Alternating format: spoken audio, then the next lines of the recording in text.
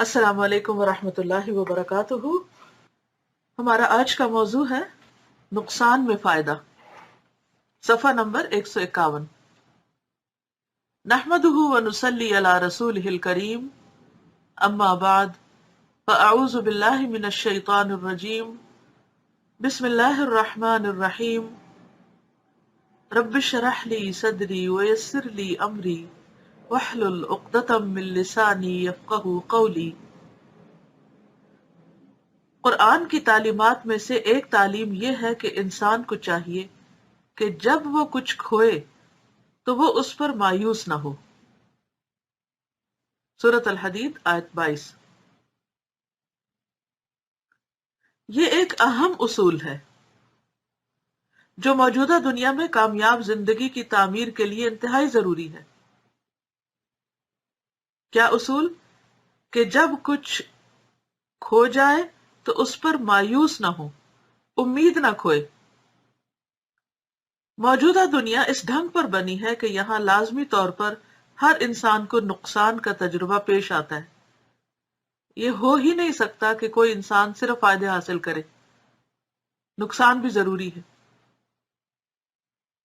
اس سے کوئی بھی مستثنا نہیں، نہ کوئی نیک نہ کوئی بد، نہ کوئی اچھا نہ برا، نہ مرد نہ عورت، نہ جوان نہ بوڑھا، نہ کالا نہ گورا، ہر ایک کو ان دونوں چیزوں سے واسطہ پیش آتا ہے۔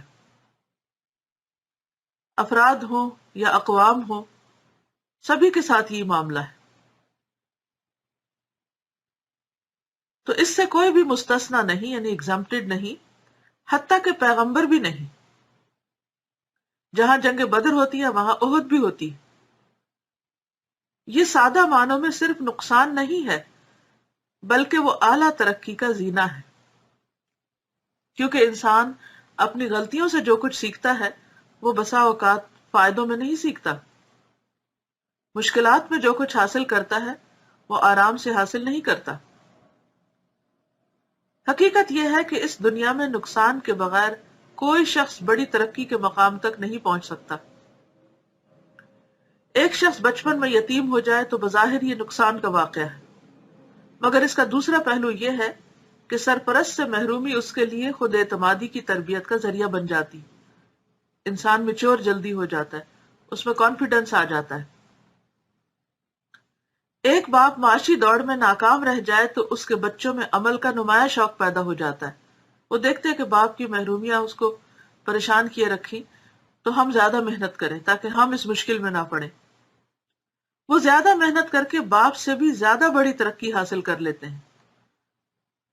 ایک شخص کو اپنے باپ سے وراثت میں کچھ زرعی زمین ملی، مگر اس کے کچھ قریبی لوگوں نے غلط کارروائی کر کے اس کی آبائی زمین اس سے چھین لی، یعنی ناجائز قبضہ کر لیا۔ اس کے بعد وہ شہر چلا گیا۔ اس نے ایک فیکٹری میں ملازمت کر لی۔ یہاں اس کی صلاحیتوں کو زیادہ بڑا موقع ملا۔ ترقی کرتے کرتے وہ خود ایک فیکٹری کا مالک بن گیا۔ ترقی کرتے کرتے وہ خود ایک فیکٹری کا مالک بن گیا۔ زرعی نقشہ میں اس نے جو کچھ کھویا تھا، صنعتی نقشہ میں اس نے مزید اضافے کے ساتھ اس کو پا لیا، یعنی ایک چیز گئی تھی تو اس سے زیادہ بہتر چیز مل گئی۔ اس دنیا میں امکانات کی تعداد اتنی زیادہ ہے کہ یہاں نقصان میں بھی فائدے کا پہلو موجود ہوتا ہے، یعنی اللہ نے اتنی اپرچونٹیز رکھی ہیں ہر طرف، ضرورت اس بات کی ہے کہ انسان ان کو اویل کرے، ان کو دیکھنے والا ہو۔ یہاں کھونے کے بعد بھی آدمی دوبارہ بہت کچھ پا لیتا ہے، شرط یہ ہے کہ وہ بے حوصلہ نہ ہو، وہ اپنی خداداد صلاحیتوں کو مسلسل استعمال کرتا رہے۔ مایوسی ہمیشہ وقتی نقصان کی بنا پر ہوتی ہے، یعنی انسان امید چھوڑ دیتا ہے۔ آدمی کی نگاہ اگر مستقبل کو دیکھ سکے تو وہ کبھی مایوس نہ ہو، کیونکہ اس دنیا میں بار بار حالات بدلتے ہیں، بار بار موسم بدلتے ہیں، بار بار مزاج بدلتا ہے، بار بار ایسا ہوتا ہے کہ زمین کی گردش رات کو صبح میں تبدیل کر دیتی ہے۔ لہذا کبھی بھی انسان رات کے آنے پر مایوس نہ ہو، پریشان نہ ہو اور کام نہ چھوڑ بیٹھے۔ اصل ضرورت اس بات کی ہے کہ انسان محنت کرتا رہے، کوشش کرتا رہے۔ تو سوچئے آج آپ کو کوئی نقصان تو نہیں ہوا صبح سے؟